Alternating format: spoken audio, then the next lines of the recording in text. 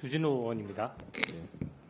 야당에서 지금 주로 검찰 특활비를 문제 삼고 있는데, 저는 진짜 의혹은 김정숙 여사의 특활비 유용을 했다는 의혹, 그 부분이라고 생각합니다.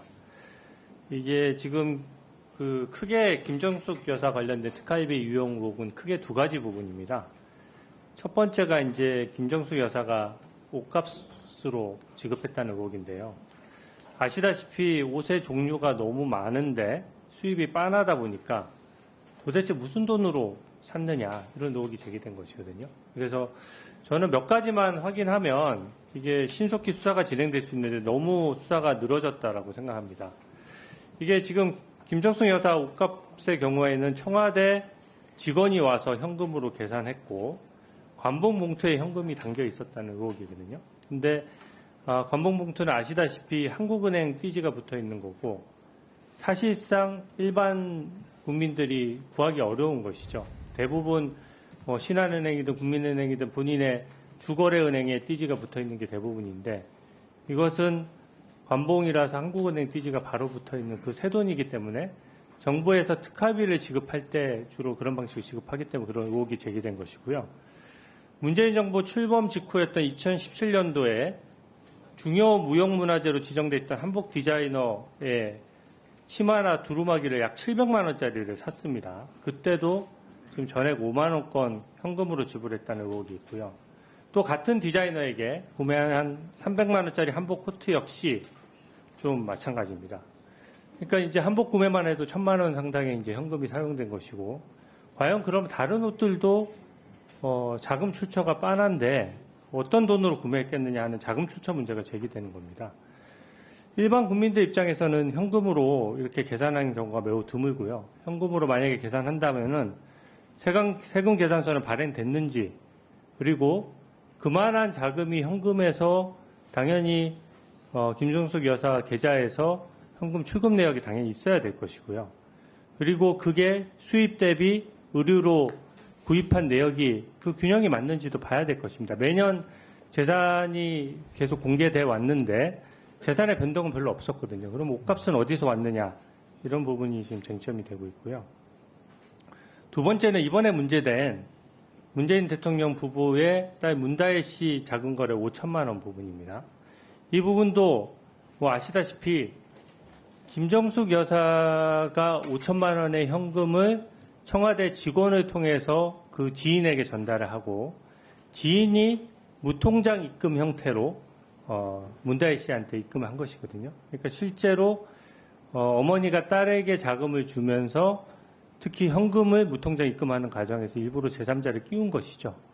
그 제3자인 지인이 이제 송금 내역을 이제 기재를 하고 송금자를 기재해야 되는데 나중에 이제 본인 이름만 드러났을 경우에 좀 오해받을 수 있으니까 본인 이름과 더불어 이제 김정숙 여사 이름을 적으면서 이게 지금 불거졌다는 것이 언론 보도 내용입니다.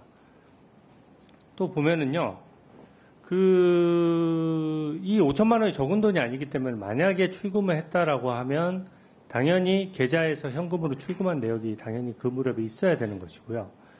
현금으로 어렵게 출금해서 왜 송금을 하느냐, 이런 문제도 있습니다. 현금으로 출금하지 않고 바로 딸에게 주는 거면 바로 송금하면 되는데 굳이 현금으로 출금한 돈을 가지고 현금을 아예 제3자를 통해서 지급한 것이거든요. 그래서 이거는 상당히 어느 검사라도 봤을 때 굉장히 의심을 살 수 있는 부분이고요.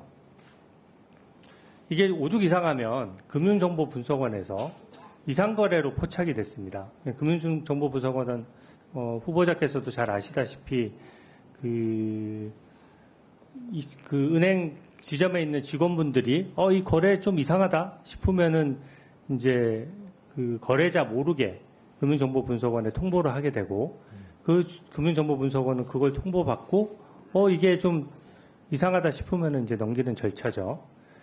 그래서 사실은 5천만 원 이렇게 현금을 쌓아두고 있는 국민은 없을 겁니다. 더더군다나 제3자를 통해서 보냈기 때문에 이 경우는 두 가지 중에 하나인데 증여세를 탈루하기 위해서 제3자 명의를 빌렸거나 아니면 출처를 감추려고 하는 행동 아니냐, 이런 것 때문에 지금 문제가 되는 것입니다. 지금 그래서 민주당 입장에서는 지금 검찰 폐직 이런 내용까지 얘기를 하고 있는데 이런 어떤 외압에도 굴하지 않고 법과 원칙에 따라 수사할 수 있습니까? 예, 물론입니다. 특히 이 부분은 수사 그 시간의 문제도 있거든요. 이게 2021년도 12월에 고발이 된 건입니다. 근데 벌써 지금 2년하고도 현재 한 8, 9개월이 됐죠.